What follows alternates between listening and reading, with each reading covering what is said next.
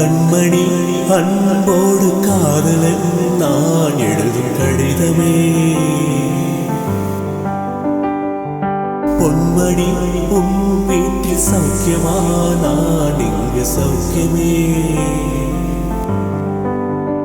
உன்னை எண்ணி பார்க்கையில் கவிதை கொட்டுது அதை எழுத நினைக்கையில் வார்த்தை முட்டுது ஓஹோ கண்மணி